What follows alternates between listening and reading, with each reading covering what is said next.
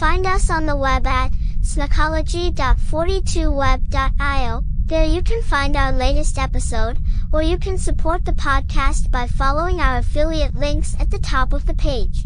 You can even buy some awesome Smacking Off merchandise.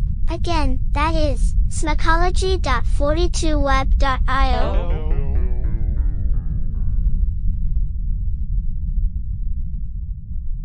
We're here at Commonwealth Stadium, representing for the Kentucky Wildcats, right against Georgia Bulldogs, right? And I'm live here, and there's fun and excitement going on. I know you can see that. This is Smacking Off, the podcast. Hi, we're Fiverr, a global marketplace connecting individuals and businesses with freelancers offering thousands of digital services. Graphic design, web development, video editing, e-commerce marketing. You name it, there's a professional freelancer ready to make it happen. Filter your search by the service needed, budget, timeline, and boom! Fiverr provides a list of talented freelancers to meet your specific needs. Always know what you'll pay up front. No hourly rates, just project-based pricing. And because payment isn't released until you approve the work, you can rest assured that you'll be satisfied with the quality and get exactly what you want. Our support team is always available to answer questions or offer assistance when you need it. With the whole world of freelance talent at your fingertips, what might you achieve? Join today and find out. Fiverr. It starts here.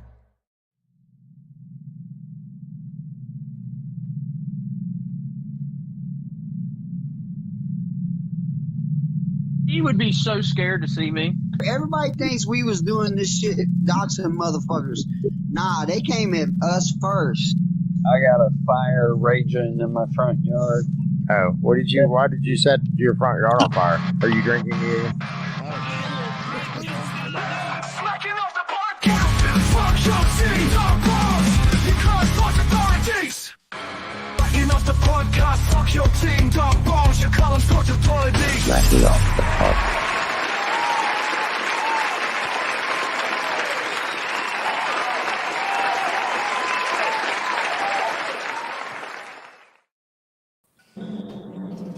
What's up, guys? Well, I see that the parental advisory finally appears. Yeah, you've been wondering when we're going to put that up, haven't you, Ed? I have.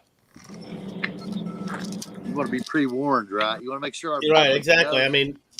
Because there could be some 5-year-olds watching this shit. You never fucking know. Hell yeah, I ain't hating. If they got all their friends to watch too, we can pervert an entire nation. So, what do we think about this this week? There's not a great games, but there are some great games. About Michigan and Texas, that's a big game. Michigan, Texas, marquee-wise, I don't know much about Michigan, and we're going to find out a little bit about Michigan because we have Keith Eccles on tonight. Is that correct? I've been called both. Oh yeah. What's going on, Keith? Not much. How you guys doing? Pretty good. So we got Ed on here. Nikki said she might be late, and we also have Sean Devine.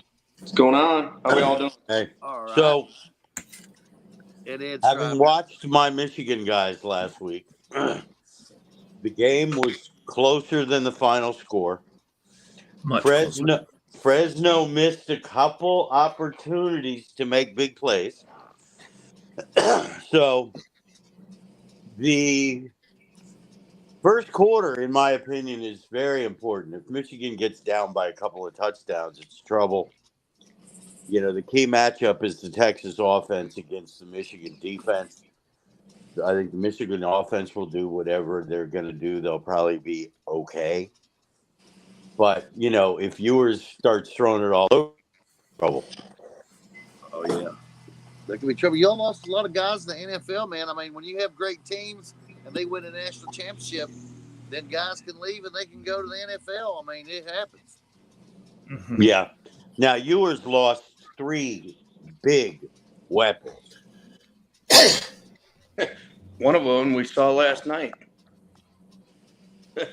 Xavier Worthy looked really good with Patrick Mahomes. The first Oh, yeah. touchdown of the season.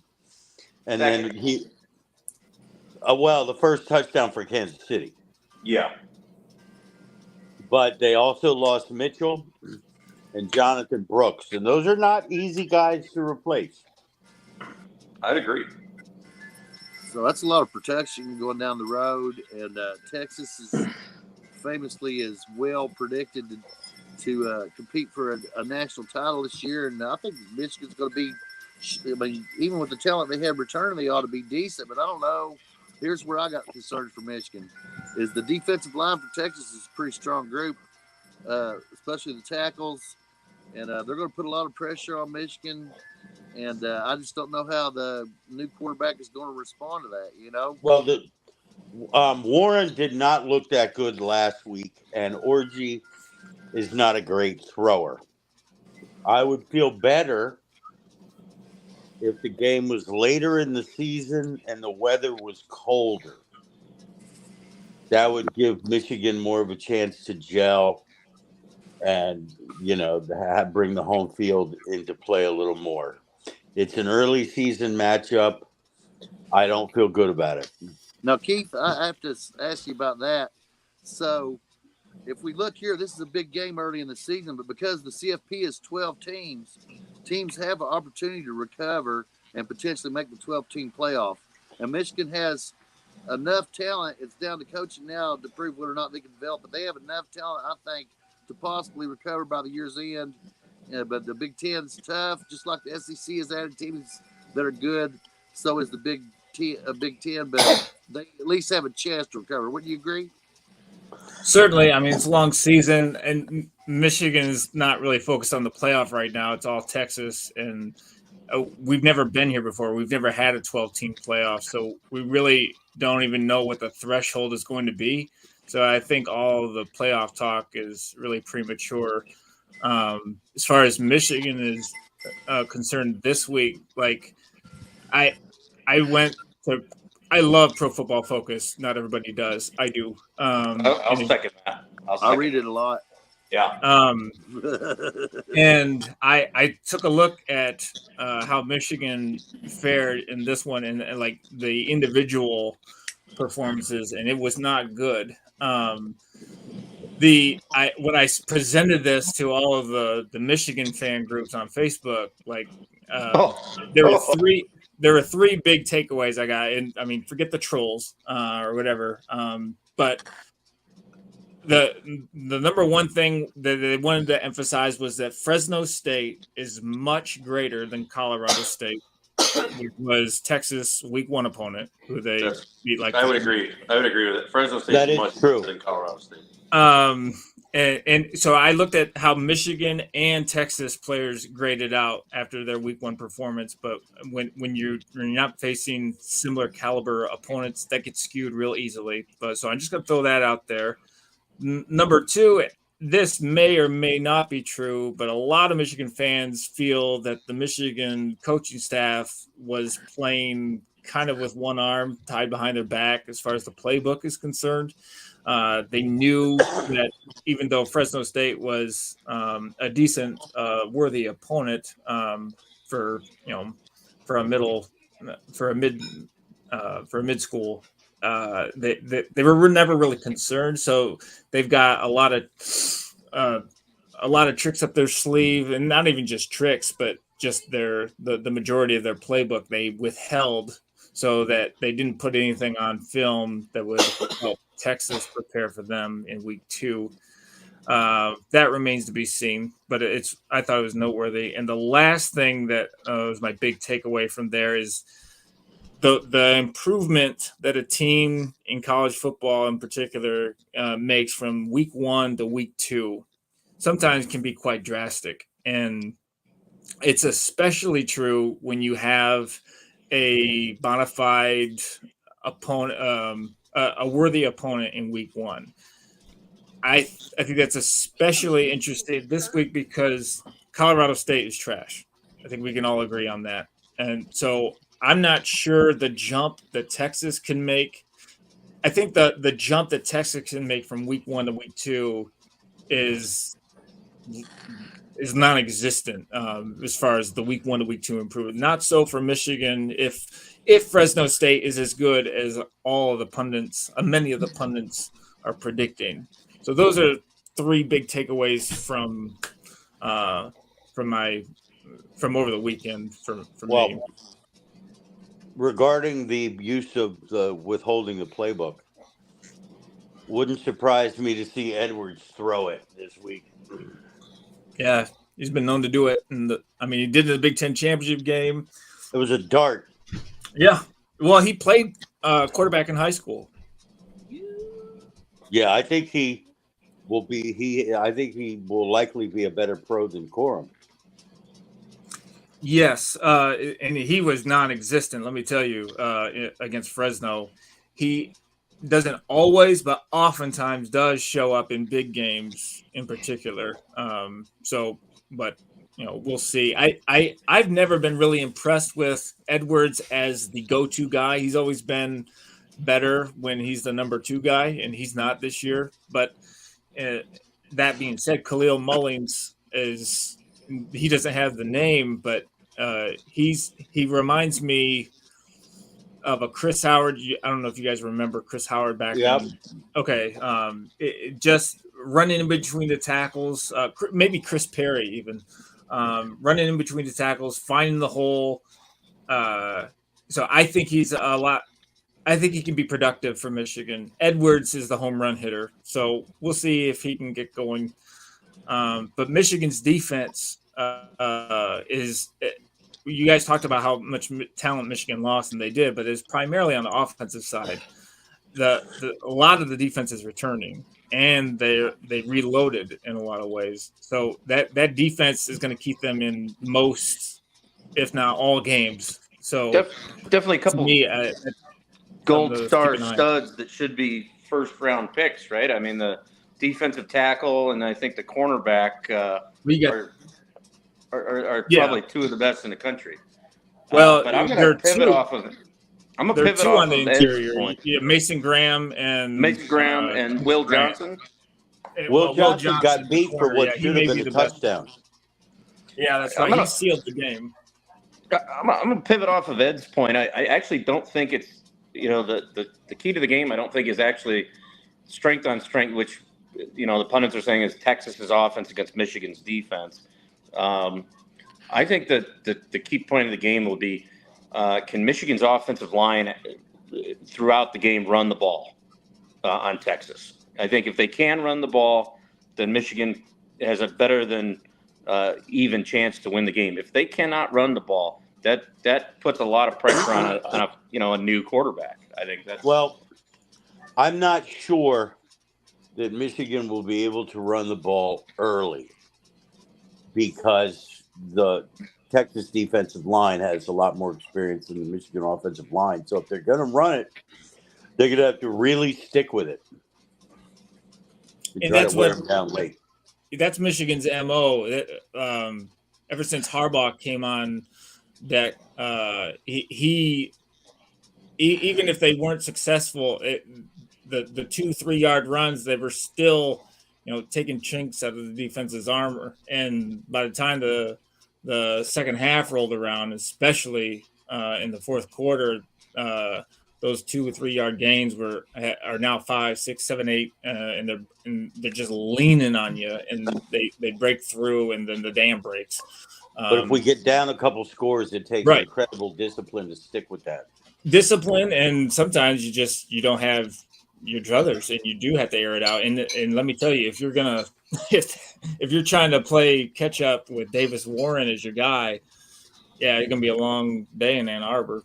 I'm feeling some trickeration. Even when Michigan was, and I'm using this very, very liberally here, so Michigan fans don't get too upset. Even when you were down in the Brady Hoke days, there's never been a want for talent on the Michigan offensive line. That's kind of a tried and true throughout the years. Michigan always has big horses on the line, Well, I heard people saying when Brady Hoke was there his last 2 years that the offensive line was low, mid-major caliber. No, but there's always been a guy, whether it's a tackle or a guard or that's NFL it obviously was low at that point, but there were still some guys that, I mean, Michigan's never had a hard time recruiting big offensive linemen that can push the pile. And I think that's going to be the key tomorrow if they want to win this game, is they're going to have to be disciplined and like Keith was saying, those 2-yard carries at the beginning of the game, by the second half, those are 6, 7, 8-yard carries. I think they're going to have to do some trickeration, Sean. Here's what I would do if I was Michigan, right? And if we're going to see how bold the coaching staff is, because Texas is dominant in their front seven, and they like to blitz a lot. When you do that, you've got to have some trickeration, get the defense going one way, take advantage of them over, and have some kind of reverse or some kind of flea flicker or something like that. I can just see Michigan doing that. For me, that's what I would do if I was playing Texas. After I've seen that they were going to be aggressive, I would do draws. I'd have some kind of reverses, other trickeration in order to throw the defense off balance. Right? Have some easy passes for the quarterback to the tight end. Yeah. But I think you got to play Orgy some more and get him in space. Make Texas keep running and having to tackle. Because I do feel like, even though they're talented, Bob, I feel like there's still a bit of a little more finesse and physicality to Texas. Well, that's going to be not going to serve them well, because I believe that's what Michigan does have. Right? That's what Michigan does. That's their trade. They're a physical group. Absolutely. And I'd like to see them punish them with the run, just in the manner that you and Keith are going on about. Because to me, that's how you wear a team down and you make them hate to be out there, right? You're on the line, you're bruised, you're muddy, sweaty. That's what Michigan did last year. I mean, I think the second half of the Penn State game, they ran the ball almost every play. And technically, it was every play. You could see he had a pass in there, but it was like a pass interference, so it got wiped out. I mean, you see guys with hands on hips, knowing that we're lining enough to run the ball on you, and we can't stop it. That would be ideal for Michigan. I don't think they're going to be able to do that to that extent. I think they have to be balanced, and not only that. They can be. My biggest fear with Davis Warren is, I don't know how much you guys have seen of him, but on the interception last week and on his highlight, his main highlight from the spring game, he has this tendency apparently to retreat in the pocket unnecessarily and prematurely.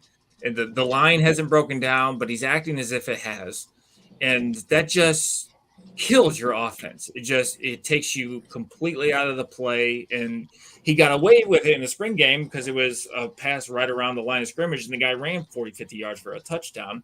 Well, he did it last week, tried to throw a long bomb, underthrows the guy. Could the receiver have done a better job of playing defense or boxed him out? Absolutely. But that was a terrible pass, and because he's throwing the ball 20 yards behind the line of scrimmage under no duress. So if we talk about week 1 to week 2 improvements, can he fix that?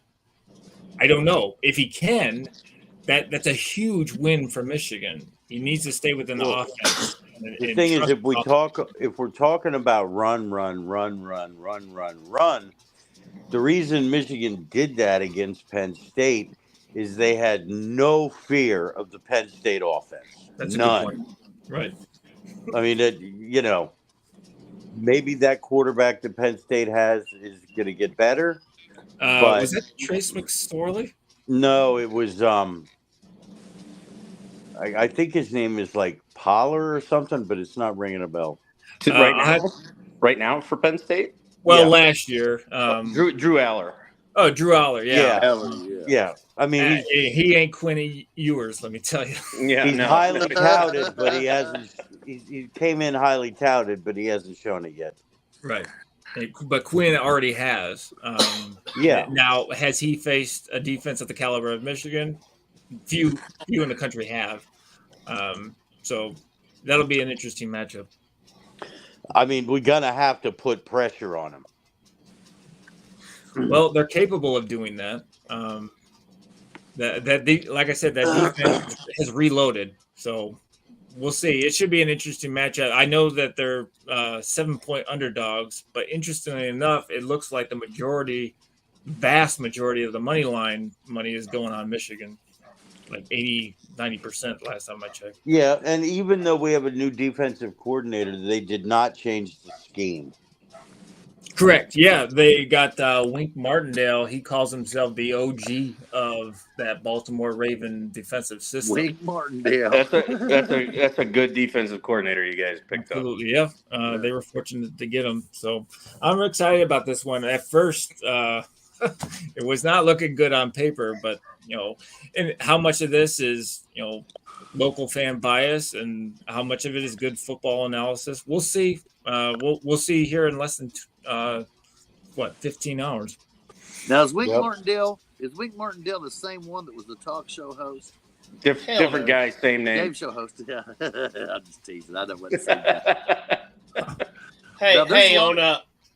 Hey, Bob, on European vacation, it was Mark Winkdale, I believe. Mark Winkdale, yeah. Remember Pig in the Poke? Yes, there was a Wink Martindale though on the black and white game shows that I saw in my youth, right? No, there really was. And he used to do Trivial Pursuit. Oh yeah. Oh, I want Trivial Pursuit. I mean, it's such a weird name. You would think that there would not be two of them, I won. The guys, I got to tell you guys, I won Trivial Pursuit to the tune of $500 in the barracks, right? And how I won it is there's a question that goes, "Who danced the jig?" And I immediately went to Adolf Hitler before he could even get the question answered, right? And that was the answer to the question: Who danced the jig at the Danzig Peace Conference, right? That was Adolf Hitler because he had just survived his assassination. But anyway, that was worth $500. That's how bored people get in the barracks, Now, if we look at these other games, right? They a lot of them are very compelling and not necessarily have to be ranked matchups to be compelling. I'm looking at Cal and Auburn. I think that's an interesting game to find out a lot about those teams. South Carolina and Kentucky is compelling to me. But the matchup I think is going to be great is Tennessee and NC State. I'm really excited to see that one for all kinds of reasons. One of them is I think the ACC sucks. And I believe Tennessee might crush them utterly on national television. That that quarterback, Nico Ialvea, whatever his name is, he's pretty good. Oh, yeah. Now, guys. I mean, he does not have the arm talent of Joe Milton, but basically nobody does. But he's, from what I've seen so far, arm strength. Correct. Right. He's not going to make the kind of mistakes that Milton makes, that he always made. So, yeah, I think Tennessee looks pretty strong. And even though Iowa's got no offense, they put a beat down on Iowa in the bowl game with Nico starting and Milton opting out. Yeah, he's dynamic, man. He's a good runner. He's a quick decision maker. He looks a little long in his pass delivery, but he gets it out quicker than most at college. But he's a decisive decision maker for better or worse. I believe in college football, it's better to be quick and decisive than it is to think long and think wrong. So I like his future. And as far as NC State goes, they've had a lot of quarterbacks that were touted like Devin Leary that turned out not to really be that good. That they were a product of the system or whatever it was. And I'm just not sold on NC State's ability to play SEC caliber ranked team. And I want to see it. I don't know, guys, if you lose me, I'm in the middle of a massive thunderstorm. The power's been out twice while we've been sitting here. All right, so the gods are angry up in Kentucky. Oh, yeah. Colorado and Nebraska. I mean, is it really that interesting of a game? I threw it on here because, I mean, prime time. I mean, you got to throw it on here, right? I think it is. And this used to be a great. This used to be a great series too. Go ahead, Ed. I think it is because simply I want to see Shadur Sanders and I want to see Dylan Raiola. I think that makes the game interesting to me. Are they going to be great teams by the end of the year? Probably not. But and the fact that Nebraska really hasn't done anything in so long, and I mean it's not out of the question that Colorado goes up and beats Nebraska in Nebraska, is it? It's not. But what's interesting is that it's year 2 for Dion. and year 2 for Matt Rule. And Matt Rule has a lot more college coaching experience than Deion Sanders. Isn't Deion in his 3rd year? He's 2nd year at Colorado, but he coached AA school. What was it? No, he was at Jackson State in the SWAC. Right. But Matt Rule has had major turnarounds in year 2 at Temple and Baylor. So it's not unreasonable to think, now they've got a rough schedule, but it's a game between 2 teams that we don't really know how good they are. And as Sean said, it's entirely possible that neither of them will be that good, but we'll find out some things about them tomorrow. But I think that's advantage Colorado, because Nebraska still hasn't proven that they can win. They haven't proven that they can win. They can lose a bunch of close games, but that's advantage Colorado. They come in as the underdog. They've got talent, and Nebraska hasn't. They have no proven track record of taking care of business against this type of team. So, Phil Steele would say that if you. Phil Steele would say if you lost a lot of. That remains to be seen, though. In other words, we think he can really coach, and the jury's out on Deion Sanders, I believe. Would that be accurate? Yeah, man. I mean, this is a new place. So this whole year number 2 thing with Matt Rule may not play out. It may not. Well, Phil Steele would say that if you lost a bunch of close games last year, you're going to win them this year. So, or at least a few of them. Yeah. Yeah, but what if you've lost a bunch of close games for the last 7-8 years? Yeah, that's really what's been going on in Nebraska. 7-5 for Nebraska. Would that be accurate? Do you think they can do that in a tougher Big Ten with no divisions? Yes. Yeah, I think so. As long as they keep Raiola healthy, I know the opponent wasn't very good last week, but he still showed, this kid could be very good. Some of those throws were very impressive. Yeah, he looked good to me. He had a short delivery. Didn't you think, Sean, that he could get rid of it pretty quick? He kind of looks a little bit like his idol, Mahomes. Obviously doesn't have the winning record like Mahomes, but I mean, the way he slots his arm and throws the ball looks very eerily similar to Mahomes. That one throw he was getting hit, and he still threw it about 55 yards. So the arm talent or arm strength is definitely there. My question is for Nebraska, can they, are they going to be able to stop anybody on defense? Well, I think they gave up a fair amount of points to Colorado last year in the game. So there's no reason to have any faith in Colorado's defense either. No, but they won a shootout. They welcome a shootout. Nebraska, not so much. Right. I agree with that. Yeah. They'd rather play a game that's in the 40s than a game that's in the 20s. We don't even really know what Nebraska is. I mean, last year was his first year. This year's his second. How much of his stuff did he get in?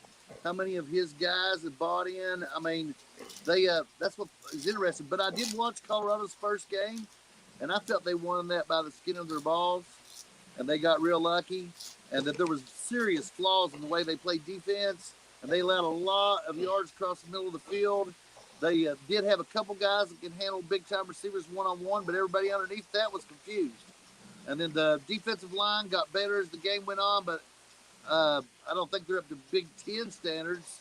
But I don't think that neither is Nebraska yet. Well, but they're getting there. Colorado's opponent in North Dakota State, that's no cupcake. That's a good point. It's a very good program. Yep. I think they're usually in the FCS championship game, seems like every year, if not every other year. Oh, yeah, but they were able to pressure the quarterback at Colorado. The difference being that since it was Shadur Sanders, who really is talented, he's not a joke. He's not a product of the system. This guy's an incredible athlete. He can make decisions, and he's the reason that he was able – anybody else in that game that had the same level of line that Colorado did would have been sacked like 12 times in that game because North Dakota was on the other side of the line of the scrimmage over and over again, and Shadur Sanders was able to evade that, right? So I think that's going to be in his favor against Nebraska too. That even if Nebraska gets penetration on the other side of the line of scrimmage, that he's going to be able to avoid it and find guys downfield. Now, I really am impressed by that, and I think he's going to be in the NFL. The guy's going to be highly entertaining. So I agree. I agree with you. I think Drew Sanders is incredible. If they don't have him in that game, they probably lose that game. So he's going to have to do it again this week, I think, against Nebraska.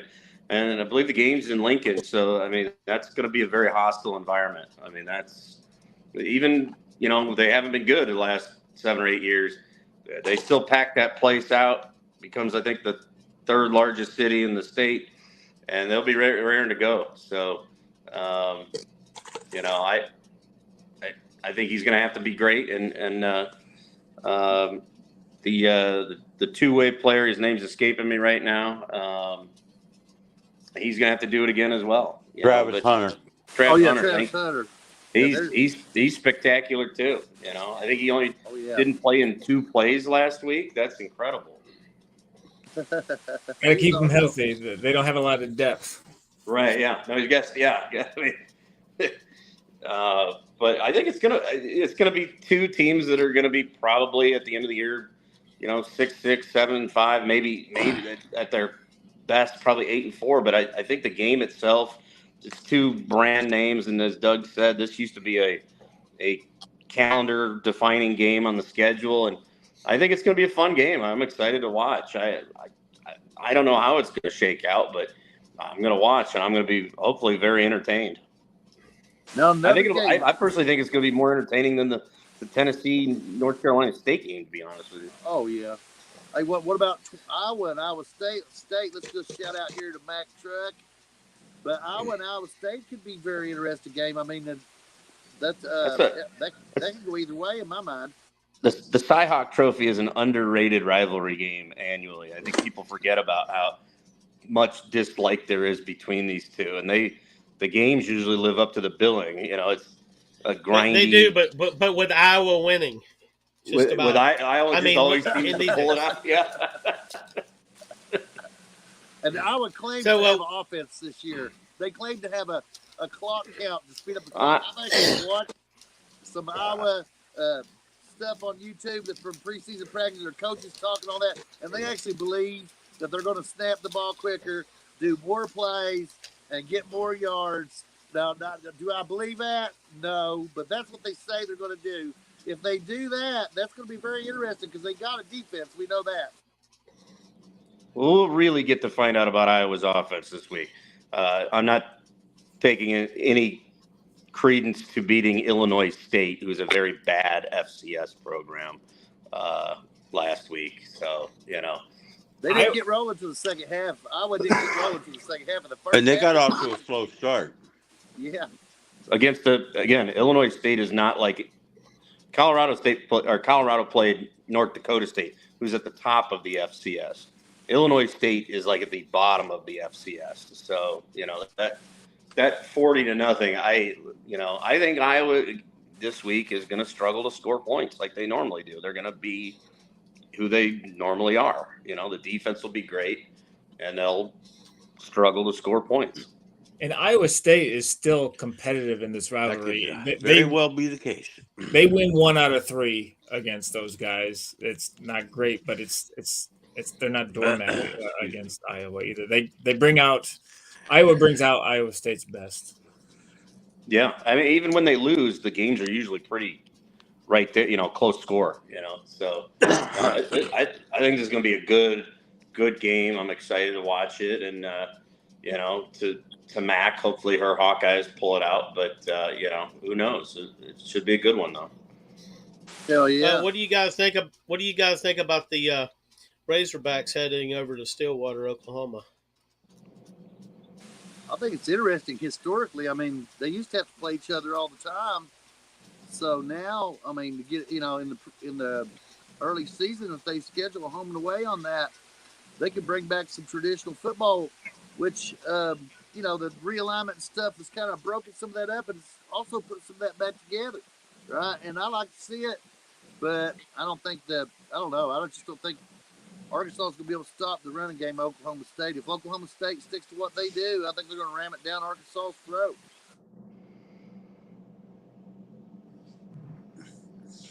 Am I losing volume here?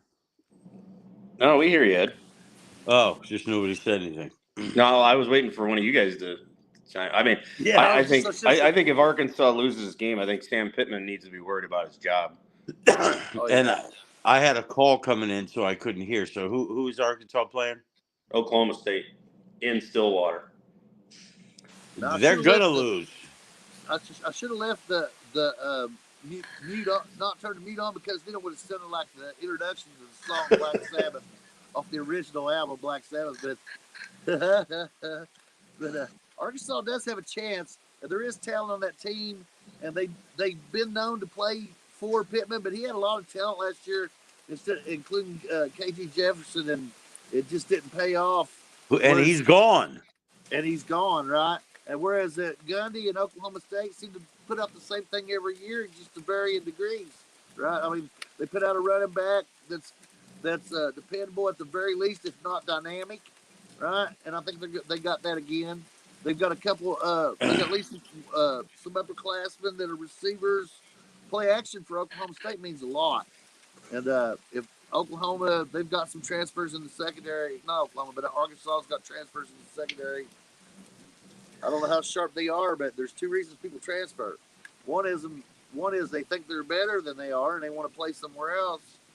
And the other reason, there's more money. So we're going to find out which one it is for them guys, because I think Oklahoma State can run a football. Yeah, I think Ollie might just run wild. I think so too. But so Sean, if you were Arkansas, how would you try to beat Oklahoma State? I mean, they got to be able to run the ball. I mean, if they don't run, I have no faith in their quarterback or their wide receivers.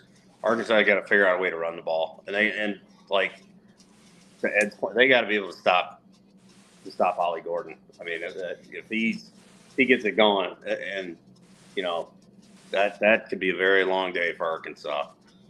So they got to run the ball. They got to shorten the game. If they don't, it'll be loud and crazy in Stillwater. They want to win this game. And they firmly have aspirations of winning the Big 12 this year. So, and Arkansas, I think, is just trying to not finish at the bottom of the SEC. Yep. So, yeah. There's a couple other interesting games we haven't talked about. Like? Kansas State and Tulane is intriguing, especially at 11 a.m. in the morning. Oh, yeah, that's going to be interesting. Tulane's a good football team, I think. A lot of people is picking them as the team that can come out of come into the CFP from the FCS schools. You mean Group of five? Group of five. I know I did. My life keeps changing. AA, FCS. You know what I'm saying? From the group of five, Tulane takes it. But if they lose to Kansas State right off the bat, I don't know how. I don't think it's going to kill them from doing that, but they'd have to win almost every game after that. But Kansas State's a good football team, guys. They're well coached. It's at Tulane. Who they got at quarterback? Will Howard transferred out of there. Who's the quarterback at K-State? That's a great question. I'm looking it up right now. Who's the quarterback at Kansas State? It's not Martinez, is it? Avery Johnson. The coach of the Mavericks. He's still got eligibility. Yeah, I think Tulane has talent. I mean, they certainly proved that last year in their non-conference game against Ole Miss. They were with Ole Miss for basically all that game until about the last 8 minutes, in the fourth quarter where Ole Miss stretched it out. But I think Kansas State needs to be leery. They can't go in overconfident. I mean, they did bring in a lot of players in the portal and through from FCS things like guys that Kansas State always seems to just find guys.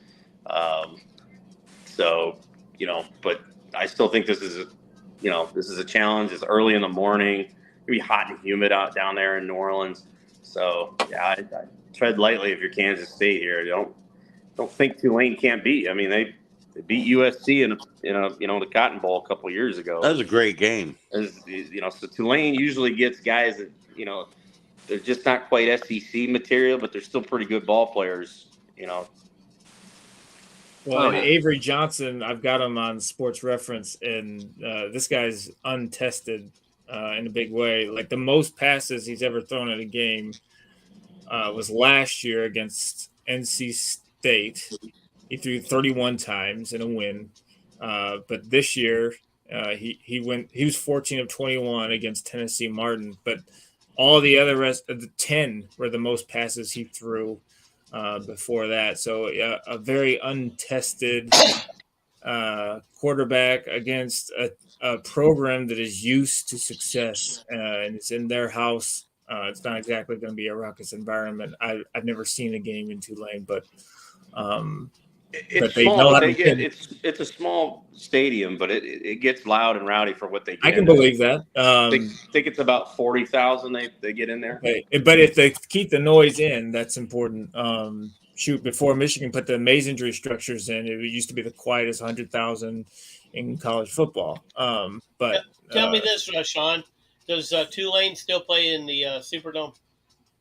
No, they got their own campus on stadium. It's an outdoor field turf joint now. Is 40,000 capacity? I think it's 40 or 45. Don't quote me on it. It's smaller. Yeah, I can pull it up here, but I watched them play. I think it was Memphis last year in that stadium, and it was, for not being a Power 5, 80,000 or more, it seemed pretty loud for what they're doing at the Group of 5 level. I got you. Hell yeah. And you know what? It could be a nightmare scenario for Kansas State if they make mistakes. I mean, you go into Tulane, everybody's hypercharged to beat a ranked team, and they can come in, you throw a pick six, they take it the other way with the inexperienced quarterback. That'd ruin his day. Yeah. Right? K-State is an 8.5-point favorite right now. I don't know. This just guy's upset written all over it for me. But Doug, I gave him too much credit. It's only 30,000, but either way, they get loud for the 30,000 they get into. It was a loud 30,000 motherfuckers, wasn't it?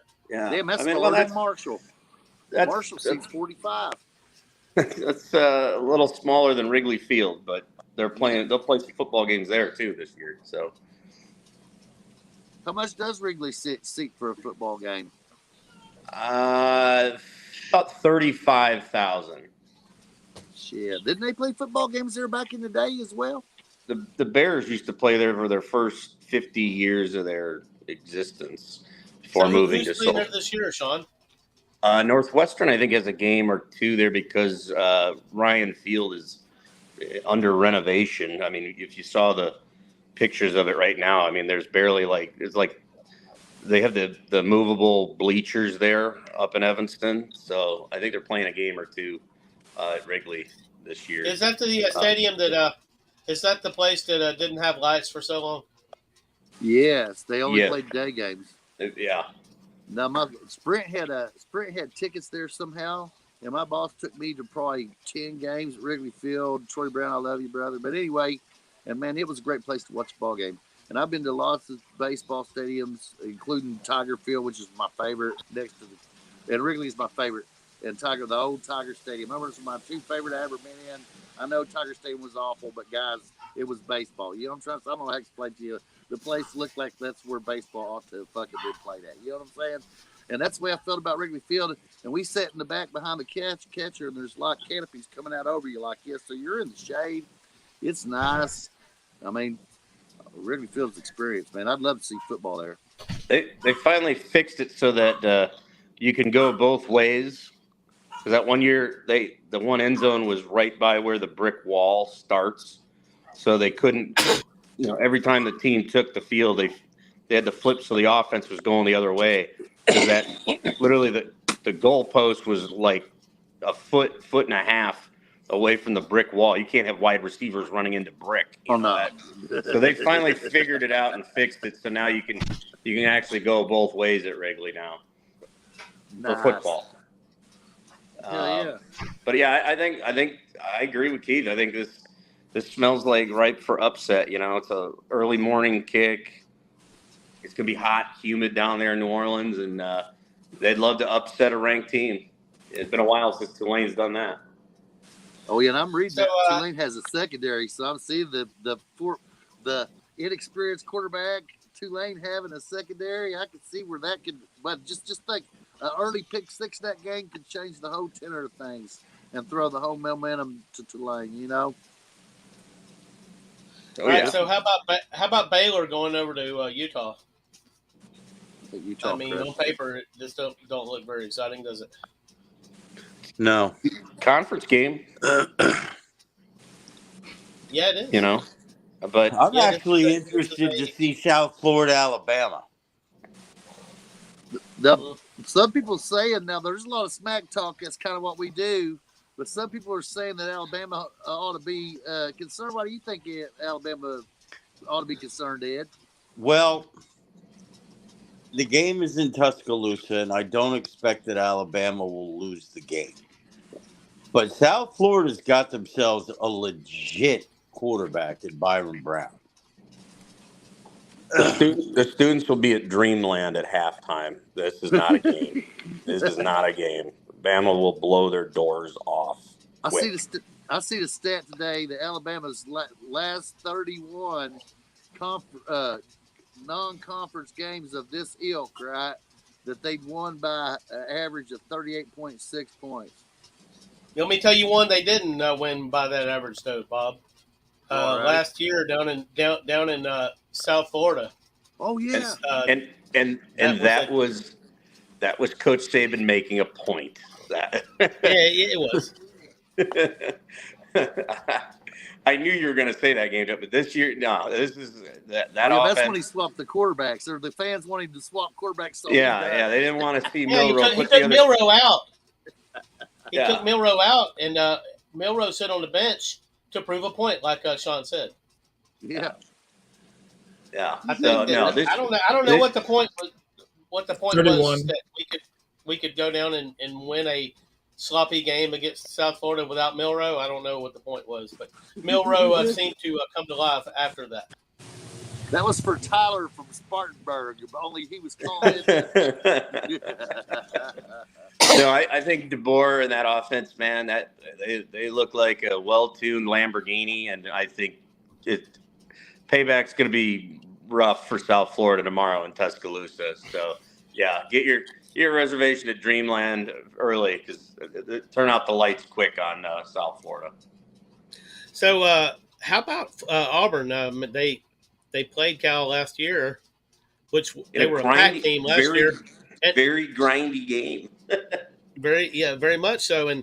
But this year, this is the ACC versus the SEC, and I just can't wrap my brain around Cal being a ACC team. And by the way, the ACC has not changed their name yet. They're still the Atlantic Coast Conference, which I believe there's a lawsuit filed. We've unofficially already changed it here on this podcast. It's the All Coast Conference now. Bam. Absolutely. That's all they got to do. Yeah. That takes care of the problem. They can keep the logo, everything. Hell yeah. Does Cal have a chance? I mean, Auburn, I know Landon was on them the other night, and nobody really believes in Freeze, but California hasn't done nothing either. If I look at the way they're both recruited, at least Auburn's recruited somewhat better than California. And not only that, the kind of players that they've recruited, if they could just stick to one thing, they could probably grind them down. But who knows if Auburn is coached well enough to stick to one thing. I mean, they were all over the place last year. They tried to make a running quarterback have a pocket guy who was scared, who had no arm. I mean, I don't know. I think the game could be interesting for a little while, but I think Auburn wins the game for sure. Yeah, it's at Auburn. I mean, if Cal couldn't beat them out in Berkeley last year, they're not going to go down and win on the Plains. I think I'm with Doug. There's nothing in this narrative that makes us think that. I mean, if Cal had a new coach and we didn't know anything about him, or something like that, but nothing like that's going on. No, I mean they might hang around for a quarter and a half, but Auburn eventually puts them away. That's what I see. All right, so Kentucky hosts South Carolina. I think this might be one of the games of the day.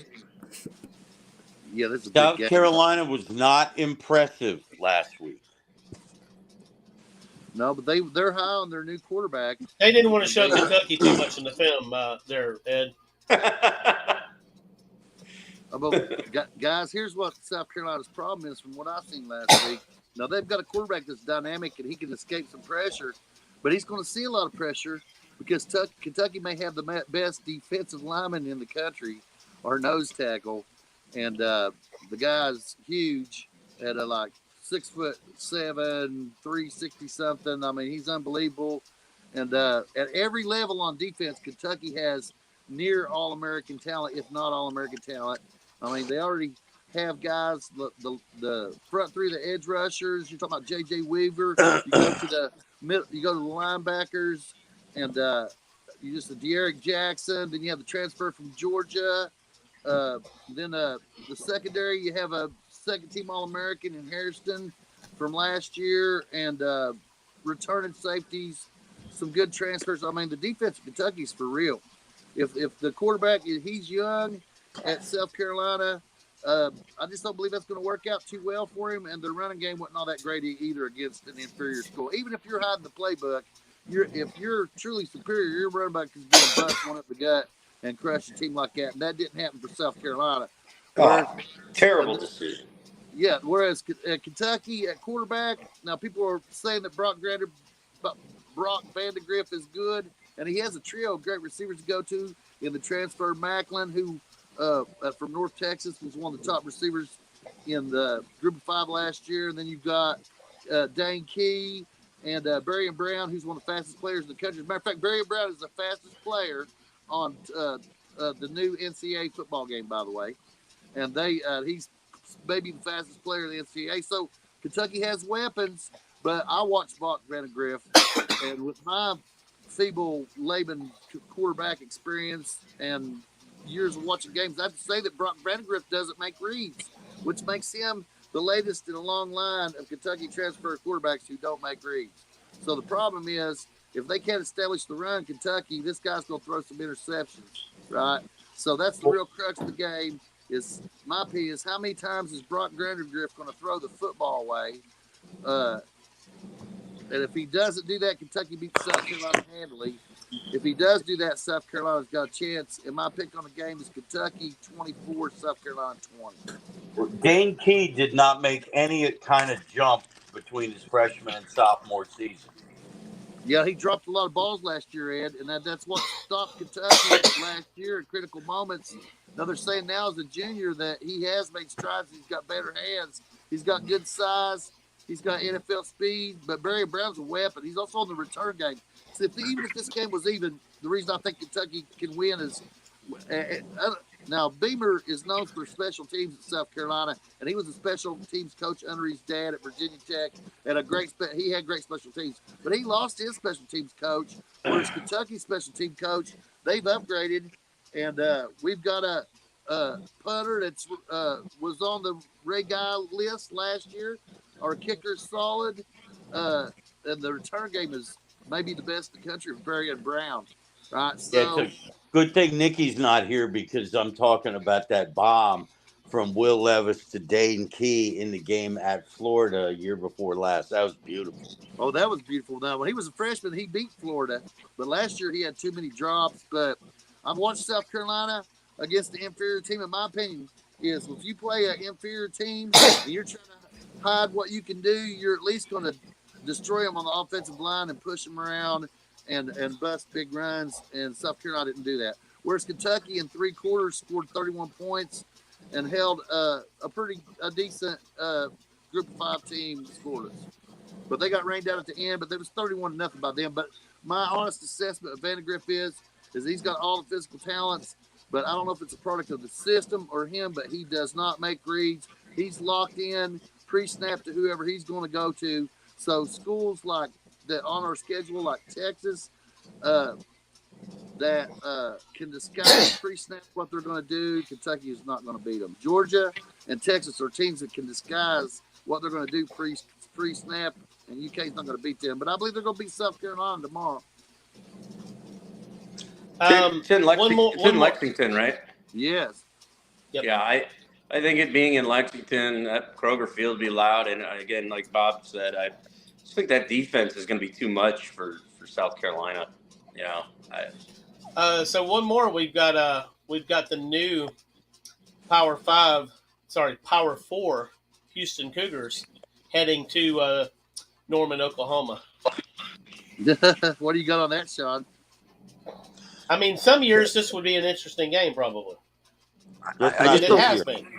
I don't think Fritz has built up in his short time there at Houston enough to make this, you know, a game yet. But yeah, I mean, there have been years where when Houston has, you know, dudes, they could put a little scare in Oklahoma. But I don't think he's quite there yet. There are 4 touchdown dogs tomorrow. 4? Is it 4? Yeah. Wow. Yeah. I mean, I don't know if, you know, if OU quite covers that, but they'll get close. I mean, no, I'm just throw this out there for anybody. Now, Oklahoma's transition to Vanderbilts has been a little painful for Oklahoma fans because it hadn't moved as fast and strong as they would have liked it to. But actually, I've been seeing the defense get better and better.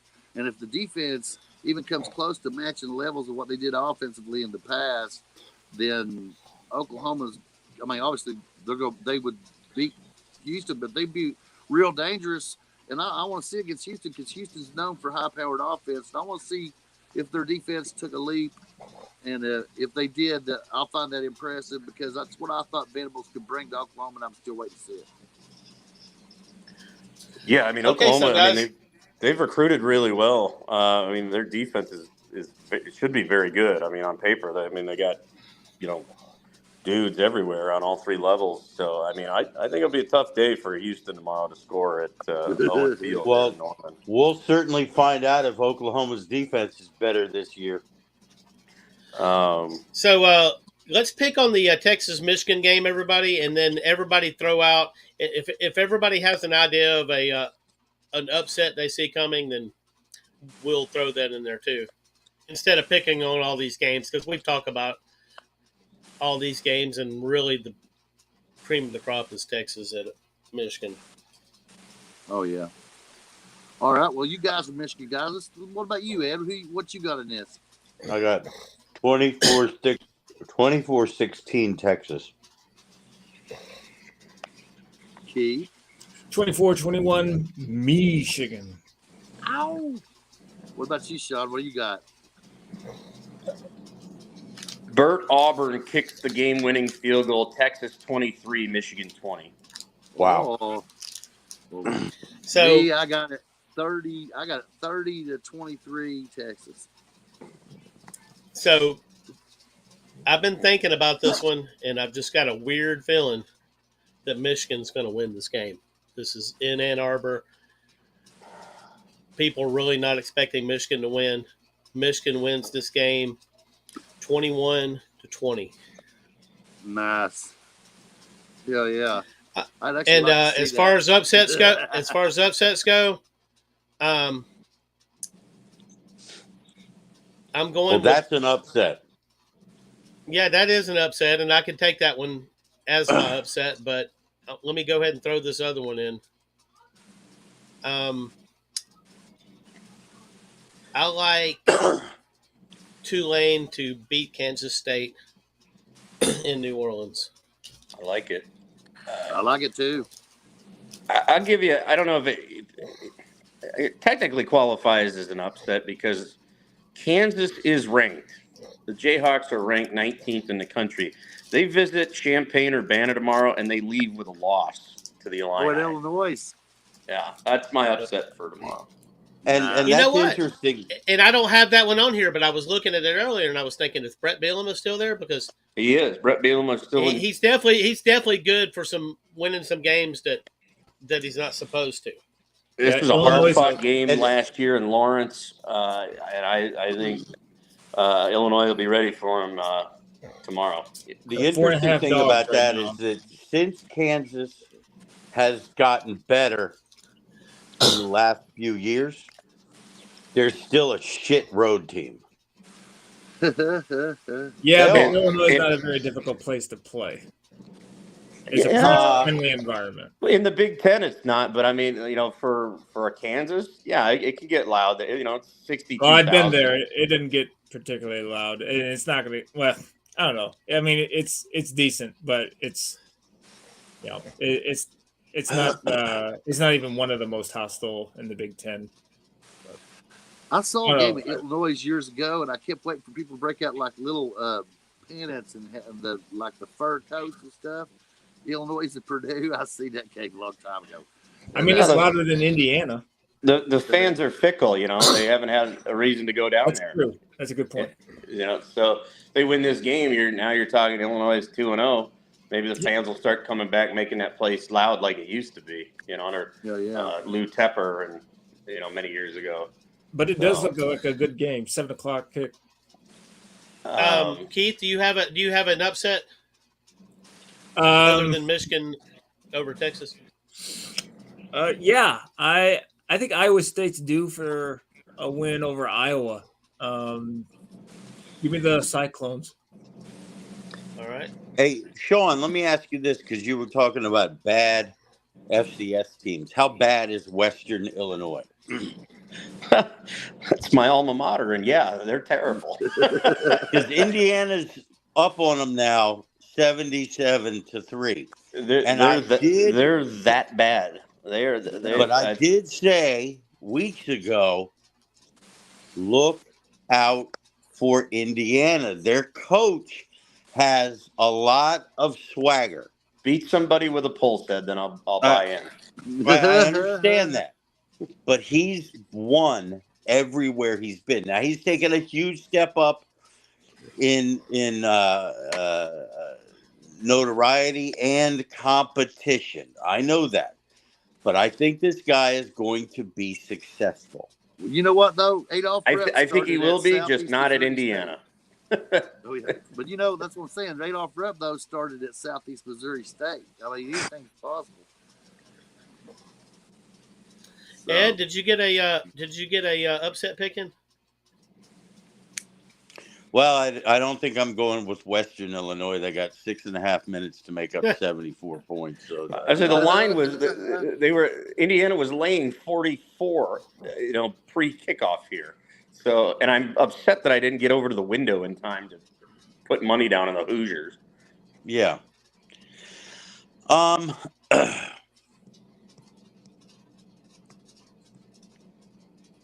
going to give Cal a fighting chance. Wow. On the Plains. Because I'm not sold on Auburn. I never am. But he says, fuck Auburn. We'll see if there's a New Mexico State hangover. Yeah, but then the next week they gave Alabama everything they could handle. So, I mean, but then again, they always show up for that game. That's, what is the line on that? It's Auburn minus 11.5 right now. Damn it, Jim. That would be a good size upset there, Ed. I hope you're right. What's the line on Kansas State and Tulane? I thought it was 8. 8.5 or 8. Yeah. It is. Where is it here? It's 8.5. It looks so dangerous. I mean, Keith Keith was describing their quarterback. I'm sitting there thinking, wow. I said, I'm at Tulane at 11 in the morning.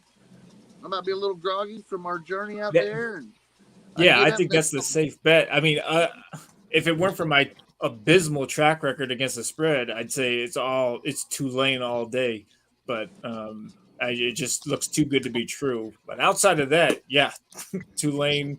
And one last thing for the Iowa State. In the last 25 years, Iowa's advantage is only 14-11. So wow. It's a very competitive rivalry as of late. Absolutely. I think Iowa State's going to beat Iowa. I like the call. Yeah. Big 12 all right, guys, so really competitive. I gotta go start making tailgate food, guys. I gotta go. All right. Enjoy. Great show, gents. Great show. Talk to y'all soon. All right, Enjoy guys. the game. All right. Thank you much. Later. Smacking off the